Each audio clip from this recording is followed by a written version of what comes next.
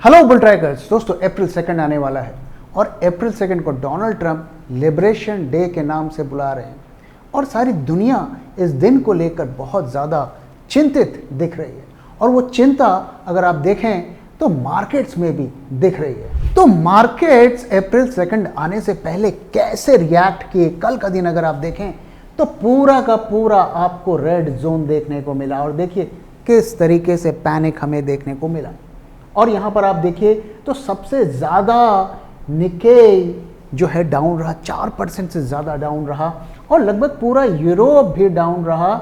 और जो कि कल के दिन अगर हम देखें तो यूएस मार्केट्स डाउन था, लेकिन अगर हम उसके पिछले दिन को देखें तो डाउ जोन्स भी करीब 1.7% डाउन रहा, नैस्डैक भी लगभग उतना ही डाउन रहा।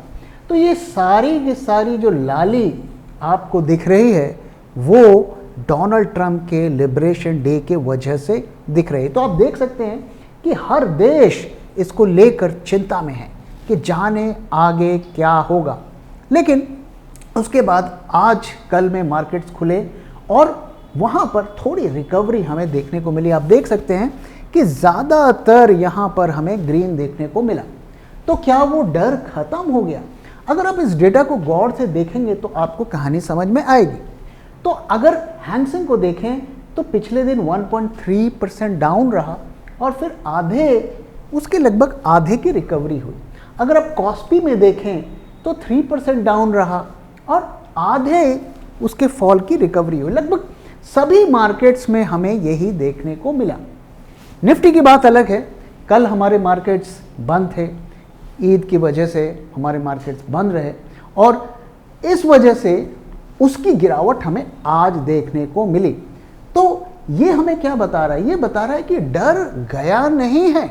सारे मार्केट्स रिकवर कर रहे थे, सवेरे एशिया के मार्केट्स रिकवर कर रहे थे, लेकिन हमारे मार्केट्स डाउन रहे। यानी कि इस टैरिफ को लेकर मार्केट भी काफ़ी ज़्यादा चिंतित है। तो आप सब डोनाल्ड ट्रंप से रिलेटेड न्यूज़ को फॉलो कर रहे हैं और आप सब अप टू डेट होंगे कि क्या चल रहा है। क्विकली हम देखते हैं कि लेटेस्ट में इस फ्रंट पर क्या डेवलपमेंट हो रही है। तो सबसे पहली बात ये कि डोनाल्ड ट्रंप ने कहा है कि tariffs to be applied on all countries. ऐसे कयास लगाए जा रहे थे कि शायद कुछ 8-10 कंट्री के ऊपर ही लगाया जाएगा जो सबसे ज़्यादा टैरिफ्स लगा रहे हैं, जिसमें इंडिया भी आता है। तो उन्होंने क्लियर कर दिया है कि भाई सबके ऊपर टैरिफ्स लगेगा और रेसिप्रोकल टैरिफ लगेगा, इसमें रिलैक्सेशन नहीं मिलेगा। उन्होंने एक बार फिर इसे क्लियर किया गया। और साथ ही ये पॉइंट जो अगर आप देखें ये काफ़ी ज़्यादा चिंता वाला है, क्योंकि ये हमें क्या बता रहा है? ये बता रहा है कि जो कंट्री रशियन और वेनेजुएला से ऑयल खरीदेगा उस पर तो एक्स्ट्रा टैरिफ लगेगा। अब देखिए हम 36.5% हमारा जो ऑयल इंपोर्ट्स है वो रशिया से होता है, तो हमारे ऊपर सैंक्शंस का भी खतरा लगातार बना हुआ है। दूसरी तरफ हमारे मार्केट्स को ये होप थी कि हमारी सरकार और डोनाल्ड ट्रंप के सरकार के बीच में नेगोशिएशन चल रहे हैं, बायलैटरल ट्रेड एग्रीमेंट्स के डिस्कशंस चल रहे हैं और उसमें हो सकता है कि कुछ हमें ज़्यादा छूट मिल जाए। तो यहाँ पर भी कुछ खास हमारे हाथ नहीं आया है। एक तरफ तो इसमें कोई फैसला अभी तक नहीं हुआ है और इसका पहला ड्राफ्ट आने में कई महीने लगेंगे। तो उसको यूज़ करके इंडिया चाह रहा था, हमारा देश चाह रहा था कि हमें कुछ रिलैक्सेशन मिल जाए, लेकिन उसकी उम्मीद भी अब ख़त्म होती हुई दिख रही है। ये कहा गया है कि वो बात की बात है और जितना टैरिफ लगना है वो लग के रहेगा। और कुछ ऐसी भी खबरें आई कि इंडिया काफ़ी हद तक तैयार हो गया है जो ऑटो पार्ट्स में जो 25% का टैरिफ डोनाल्ड ट्रंप ने लगाया था उसको रिलैक्स करने के लिए तैयार हो गया है। तो अभी इंडिया ने ये प्रपोजल दिया है कि हम 0 to 1% ही टैरिफ लगाएंगे, जो कि हम 15% से ज़्यादा का लगाते हैं। तो 15% का टैरिफ हम घटा रहे, तो बेसिकली हम 0 टैरिफ करने को रेडी हो गए हैं। और आप इमेजिन करिए जब अमेरिका के प्रोडक्ट्स इंडिया में आएंगे और वो उसी प्राइस पर होंगे जिस प्राइस पर इंडिया के वो प्रोडक्ट्स मिल रहे हैं, तो हर कोई अमेरिकन गुड्स को खरीदेगा। जैसा कि हमने देखा कि जो चाइना से माल आता है, सस्ता माल बाज़ार में आता है, तो इंडिया के प्रोड्यूसर्स, यहाँ तक कि हमारे देश के जो गरीब लोग होते हैं, जो दिए बनाते हैं और छोटे छोटे खिलौने बनाते हैं, वो भी अब आउट ऑफ बिजनेस हो गए, क्योंकि चाइना से जो सस्ता सामान काफ़ी मात्रा पे आ रहा है। और जो धंधा करने वाले लोग होते हैं, जो बिजनेस करने वाले लोग होते हैं, उनके साथ इमोशंस अटैच नहीं होते। उनके लिए तो बाप बड़ा ना भैया, सबसे बड़ा रुपया, जहां उन्हें रुपया मिलेगा वो वहां जाएंगे। और यही जो अमेरिकन गुड्स जो हमारे मार्केट्स में फ्लड होंगे, वहां पर भी हमें यही देखने को मिलेगा। और जैसी खबरें अभी आ रही हैं कि जो एग्रीकल्चर प्रोडक्ट्स है उस पर भी अमेरिका लगातार हमारे ऊपर प्रेशर बना रहा है कि हम उससे गेहूं खरीदें, मेज़ खरीदें, ड्राई फ्रूट्स खरीदें, और देखना है कि आगे क्या होता है। लेकिन अगर ये सब कुछ आता है तो ये ओवरऑल हमारे मार्केट्स पर काफ़ी ज़्यादा इम्पैक्ट करेगा और हमारे इकॉनमी पर भी इम्पैक्ट होगा। साथ ही अगर हम चाइना की बात करें तो वहाँ पर भी टिकटॉक से टैरिफ्स को जोड़ दिया गया है कि आप अगर टिकटॉक हमें बेचेंगे तो हम जो है आपके टैरिफ्स में छूट दे देंगे, और नहीं तो हम टिकटॉक को बैन कर देंगे। तो अब ये आदमी जो है डोनाल्ड ट्रंप, ये ब्लैकमेलिंग पर उतर आया है कि अगर आप ऐसा नहीं करेंगे तो हम आपके साथ ऐसा कर देंगे। तो एक तरीके का जिसे आर्म ट्विस्टिंग कहते हैं वो कर रहा है। हमें नहीं पता कि हमारे देश के साथ क्या हो रहा है, लेकिन फिलहाल ऐसा लग रहा है कि हम जो है नेगोशिएट तो कर रहे हैं, लेकिन अभी तक हमने कोई ऑफिशियल तौर पर अगर आप देखें तो कोई बात को नहीं माना है, which is a good thing. क्योंकि अगर एग्रीमेंट्स हो गए होते तो न्यूज मार्केट में आ जाता। और मैं उम्मीद करता हूं कि डोनाल्ड ट्रंप को ज़्यादा रिलैक्सेशन हमारी सरकार नहीं देगी और हमारे कंज्यूमर बिजनेसेस को प्रोटेक्ट करेगी। तो अगर मार्केट की बात करें तो मार्केट पूरी तरीके से पैनिक में आ गया है। और आज जब बाजार खुले तो लोगों को काफ़ी उम्मीद थी कि खुलते ही मार्केट्स नीचे जाएंगे, लेकिन शुरू में अच्छी खासी रिकवरी भी हमें देखने को मिली और मार्केट्स ग्रीन में भी आ गए। लेकिन उसके बाद मार्केट का असली खेल शुरू हुआ और दिन होते होते हमें कोई मीनिंगफुल रिकवरी मार्केट्स में नहीं दिखी। और जिस तरीके का डेटा हमें दिख रहा है तो ये पैनिक अब स्प्रेड होता हुआ दिख रहा है। क्या हमें दिख रहा है डेटा में, आइए मैं आपके साथ एक एक करके शेयर करता हूं। तो आइए सबसे पहले एफआईआई की पोजीशंस को देखते हैं, उनके इंडेक्स डेरिवेटिव्स के पोजीशन को देखते हैं। इसमें आज का डेटा नहीं है, ये डेटा रात में देर तक आता है। तो इसमें अगर हम देखें तो पिछले ट्रेडिंग डे यानी कि फ्राइडे तक का डेटा है। और फ्राइडे के दिन हमारे मार्केट्स डाउन भी रहे, ज़्यादा डाउन नहीं थे, लेकिन वहाँ पर हमें क्या देखने को मिलता है। तो जैसा मैं लगातार आपके साथ शेयर कर रहा हूँ कि एफआईआईज अपने इंडेक्स फ्यूचर्स के शॉर्ट्स को कट कर रहे थे, मार्केट्स ऊपर जा रहे थे। ये डेटा मैंने आपके साथ पहले भी शेयर किया था और मैंने आपके साथ जब ये कहा था कि रैली आएगी तब ये भी एक डेटा पॉइंट था जिसके बेसिस पर मैंने आपके साथ कहा था कि एफआईआईज अब फ्रेश शॉर्ट्स नहीं बना रहे हैं और अब इसकी वजह से रैली आने की चांस है और रैली आए भी। और अब देखिए क्या हो रहा है, ऐसा लग रहा है कि जितने शॉर्ट्स उन्हें कट करने थे उन्होंने कट कर दिए। तो फ्राइडे को उन्होंने शॉर्ट्स को बढ़ाए हैं और अच्छे खासे शॉर्ट्स यहाँ पे बढ़े हैं। तो यहाँ पर अगर आप देखिए तो करीब 30,000 शॉर्ट्स उनके थे कम होते होते। देखिए 2 लाख कॉन्ट्रैक्ट से कम करते करते वो 30,000 कॉन्ट्रैक्ट तक ले आए, लगभग पूरे शॉर्ट्स को कट कर दिया और अब बढ़ाने का दौर शुरू हो गया है ऐसा लग रहा है। तो उन्होंने 30,000 से 50,000 शॉर्ट्स कर दिए, यानी कि 20,000 शॉर्ट्स उन्होंने ऐड कर दिए। और जिस तरीके से आज मार्केट गिरा है उम्मीद है कि आज भी उनके शॉर्ट्स में बढ़ोतरी हुई होगी। अब आइए विक्स की बात करते हैं दोस्तों। तो विक्स जैसा कि मैंने आपके साथ शेयर किया था, अगर आप मेरे वीडियोस लगातार देख रहे हैं और मैंने आपके साथ अपने इंडिकेटर्स दिखा के शेयर किया था कि आने वाले कुछ दिनों में विक्स बढ़ेगा और लगभग वैसा ही होता हुआ दिख रहा है।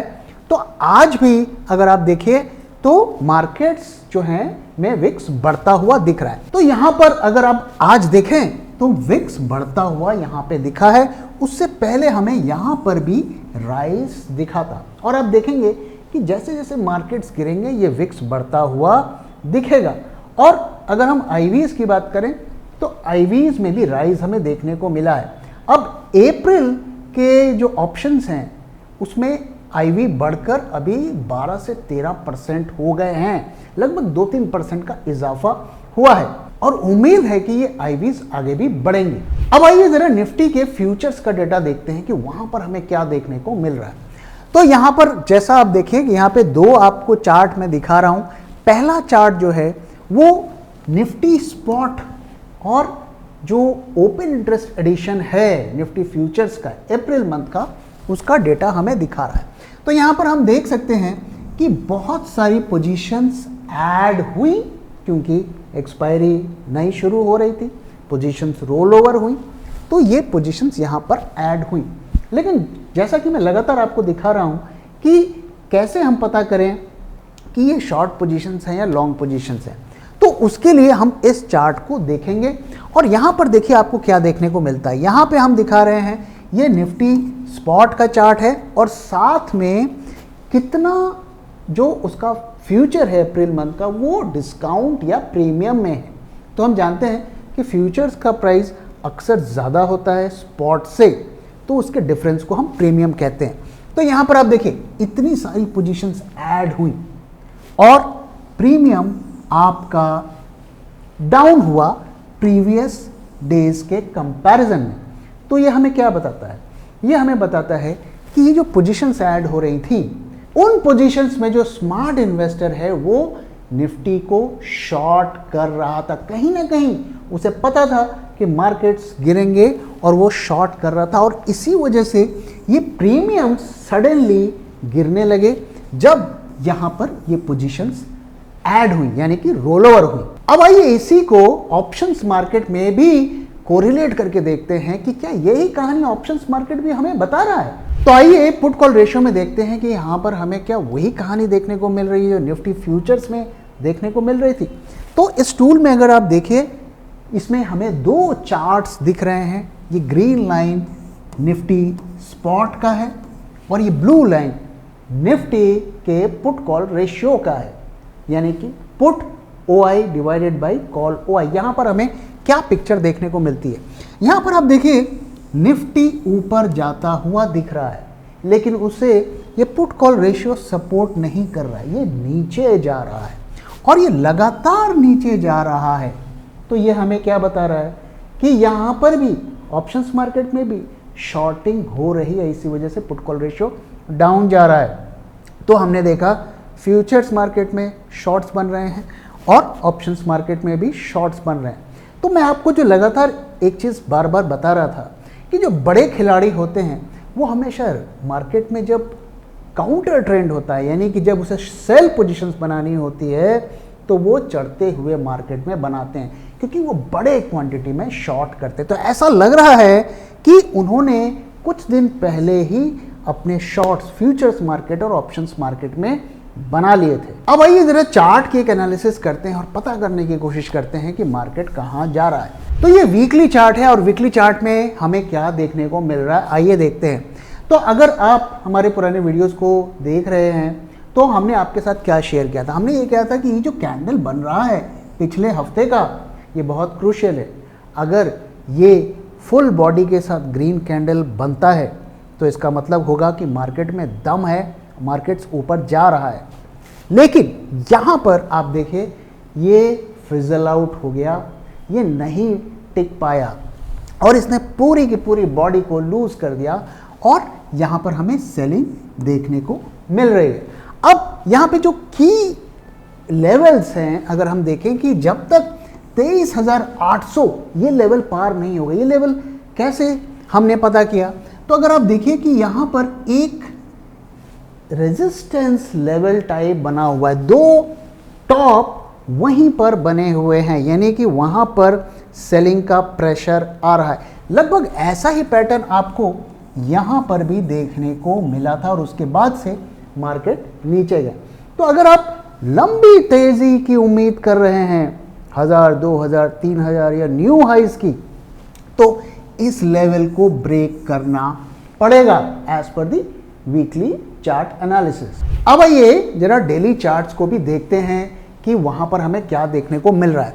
तो डेली चार्ट में अगर आप देखें तो यहां पर एक जो इंटरेस्टिंग ऑब्जर्वेशन है वो ये है कि ये जो हाईएस्ट पॉइंट था वहाँ पर आप देखिए कितना बड़ा वॉल्यूम जनरेट हुआ, और मैंने ये पहले भी आपके साथ शेयर किया था कि एक वॉल्यूम क्लाइमैक्स का पैटर्न बनाया जा रहा है, यानी कि जिन्होंने नीचे के लेवल पर यहाँ पर पोजीशंस बनाई थी वो जाकर उन्होंने वहाँ पर एग्जिट किया, और जब भी हायर लेवल पर हाई वॉल्यूम जनरेट होता है और उसके बाद मार्केट्स तेजी से गिरने लगता है तो ये अक्सर इंडिकेट करता है कि अब सेलिंग वापस से आ गई है। अब यहाँ पर जो हमारा नेक्स्ट लेवल है जिसके नीचे अगर मार्केट जाता है तो ये हमें लंबा पेन देने वाला है। वो लेवल कौन सा है? वो लेवल ये लेवल है जो गैप क्रिएट किया जा रहा है, और ये लेवल है 22,950। तो जब तक इसके ऊपर प्राइजेस रहते हैं तब तक हम थोड़ा उम्मीद लगा सकते हैं कि शायद रिकवरी आ जाए, लेकिन अगर ये लेवल ब्रीच होता है तो ये मान के चलिए कि प्राइजेस वापस से चैनल में घुसेंगी। अब दोस्तों इस मार्केट में आगे हमें क्या करना चाहिए, तो इसके बारे में आज के वीडियो में हम बात नहीं करेंगे।